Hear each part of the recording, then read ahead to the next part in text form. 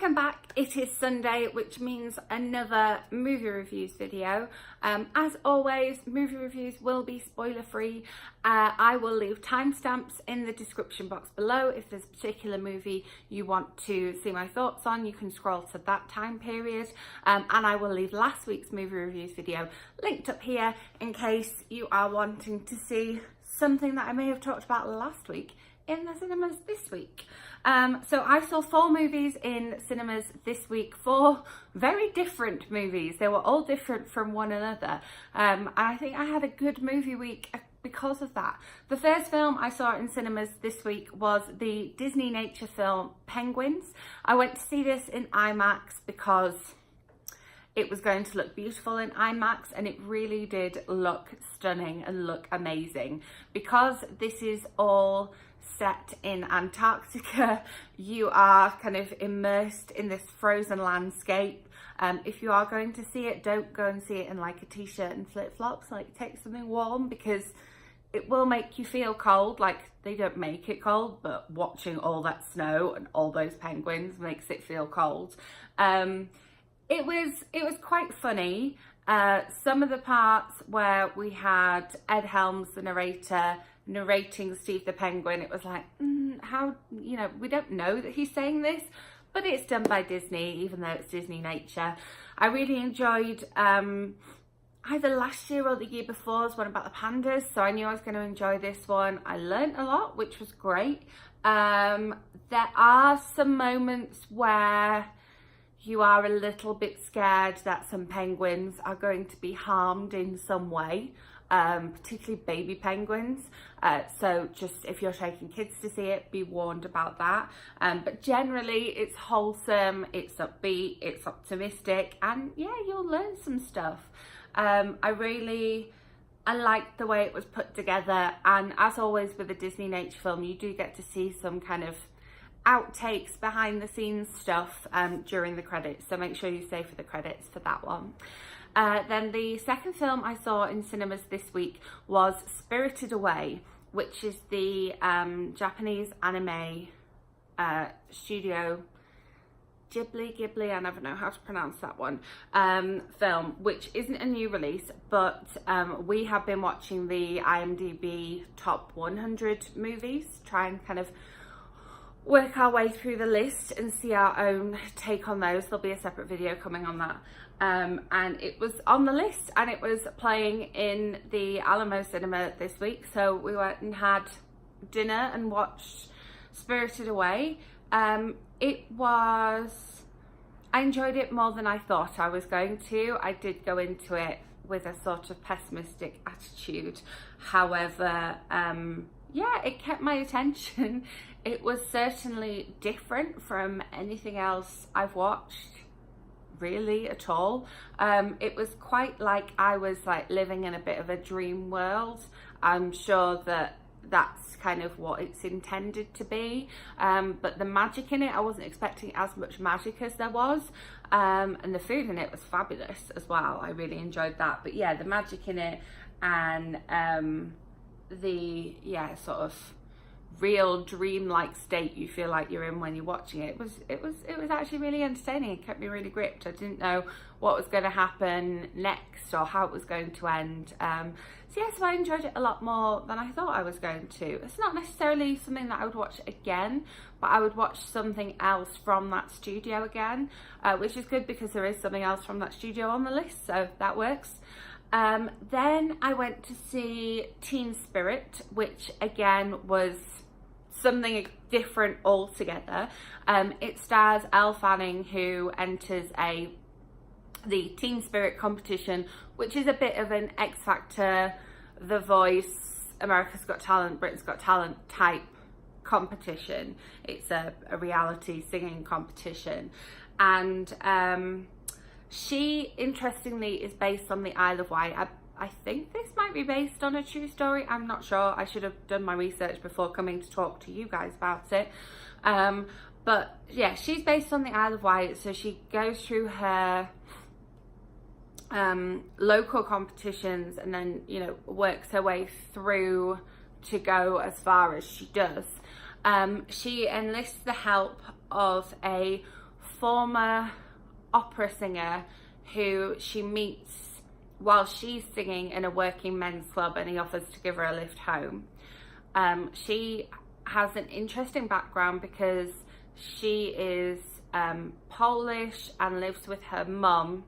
That her dad left, and they're kind of always in hope of him coming back, so they're scrimping and saving to try and stay in the same house that they were in when he left, so he'll know where to come back. But that means that she is working 2 or 3 jobs, as is the mum. They're kind of, yeah, she's not really engaged for school, that kind of thing. But she does have this talent for singing, and she does enjoy singing, and so we see her going through this competition with the help of this former opera singer. I can't remember where he's from. I want to say Russia, but I think that I might be wrong in saying that. Yeah, the film was interesting. Obviously, seeing Elle Fanning put on this like Polish but from the Isle of Wight accent and speak Polish in the film was quite interesting. And then the singing in the film was interesting as well. I couldn't decide when the film was set, so the technology that a lot of people use in the film seems like it's iPhones and Samsung Galaxies and, you know, all the modern technology. But then the music and the dress, the casual dress in the film seems more like 90s. So we had like a bit of Wakefield and a bit of cardigans, and I liked the soundtrack. I really liked the soundtrack. It made me want to listen to all those songs again when I got back in my car, but I just wasn't sure when it was supposed to be set, and I'm still not sure now. Again, that's something maybe I should have looked up. And then the final film that I saw in cinemas this week was, of course, Avengers Endgame. I went to the first showing in my cinema. My cinema was, yeah, open round the clock over the weekend, and so the first showings that they had were at 6, and they had 6 o'clock showings in all formats. So I saw it in 3D just because that was the quietest showing, because obviously when the tickets went on sale, the whole AMC website crashed, so I had to wait a little bit to get my tickets. But yeah, so it was the quietest showing, which is why I picked to see it in that. I am seeing it in other formats next week, so I'll be able to, next week's movie reviews video, I'll be able to make a comparison for you, be able to compare the 3D, the regular, the IMAX, the Dolby, because obviously there's going to be an optimal screening experience. I really loved it. I think they did a really good job of picking up where Infinity War left off, and kind of reminding you a little bit of what happened at the end of Infinity War if you weren't like me and didn't watch all 3 Avengers films in preparation for going to see this one. So you kind of get put back in context and get put back in the right place. It was really great seeing the characters working together again. As you know, I really enjoy the Avengers films because of how the characters work together and seeing them interact and seeing the different ways that they interact differently with each other. I really love that dynamic and how it works, and how somebody's weakness can be accounted for with someone else's strength, and someone else's strength when put together with another character's strength can be like unstoppable. Obviously we know that Captain Marvel appears in this film. If you've seen the end of Captain Marvel, you know that that happens. If you've seen the trailers, you know that that happens. So that was interesting, dropping a new character in there and seeing how that works out. There were some really funny moments. One of the best parts about seeing it on Thursday night for me was having that audience reaction. Again, spoiler free, don't worry. My audience was just great. I'm sure it would be different if I'd seen it in the UK. But yeah, there was lots of laughing. There was some cheering. There was some clapping. Everybody clapped at the end. And there was a couple of moments where just kind of the auditorium just went, oh, which is really fun and kind of, yeah, added to the whole atmosphere. Yeah, I did laugh. I was a little bit scared, and I did cry quite a lot, which, yeah, a lot of people have said, you know, it's a bit of an emotional roller coaster, and it really is, because, yeah, I had all these mixed feelings, and, yeah, did cry quite a lot.